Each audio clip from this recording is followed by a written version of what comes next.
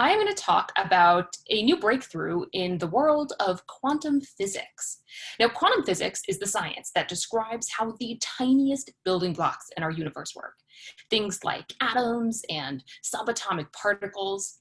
And by studying quantum physics, scientists are discovering new exotic quantum states of matter. Now, we're already familiar with some states of matter, things like solids, liquids, and gases. And in the case of water, we get solid ice, liquid water, and steam.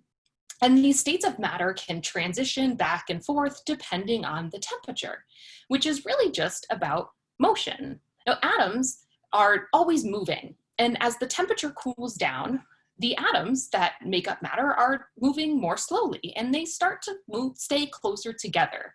And again, in the example of water, we eventually get solid ice. Now, temperature is really important if we want to observe these quantum states of matter. So states of matter that are only seen down at the teeny tiny quantum scale of atoms and subatomic particles. Now, this is because in order to see quantum states of matter or observe them, we need to get down to really, really, really cold temperatures. Now, I'm not talking the temperature of your freezer. I'm talking way colder than that. We need to get down to temperatures that approach the limits of what's physically possible, close to what's known as absolute zero. Now, down at these ultra cold temperatures, atoms move incredibly slowly, which actually makes them a lot easier for scientists to study.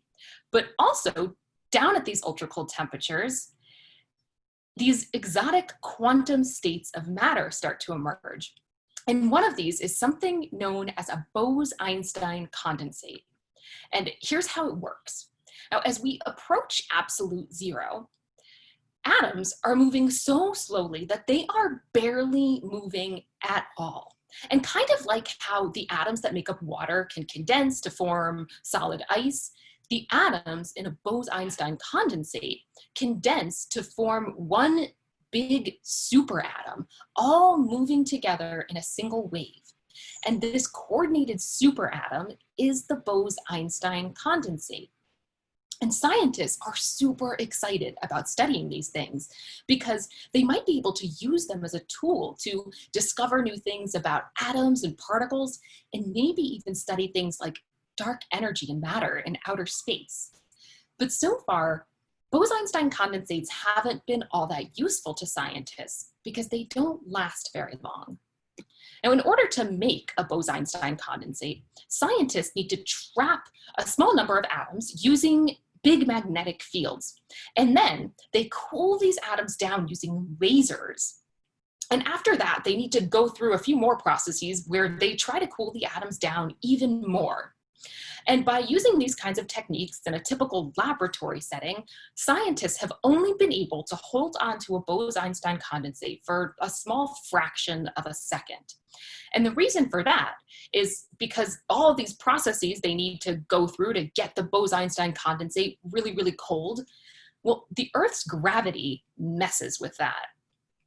But there's a way to get around the Earth's gravity. You can go to space. And that's exactly what a team of scientists from NASA did. They created a Bose-Einstein condensate on the International Space Station.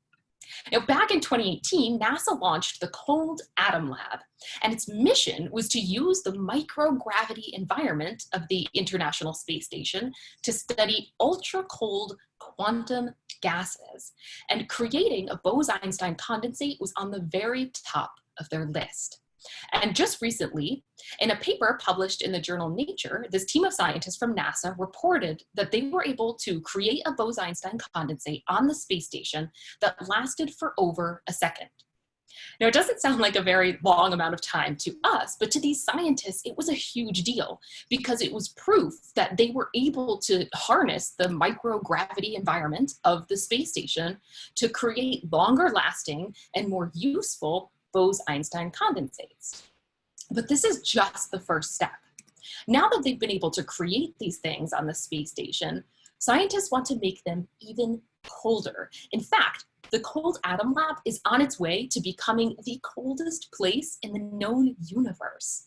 And that will allow these scientists to create exotic quantum states of matter like a Bose Einstein condensate and hold on to them for a lot longer so that they can finally use them to discover new things about the universe.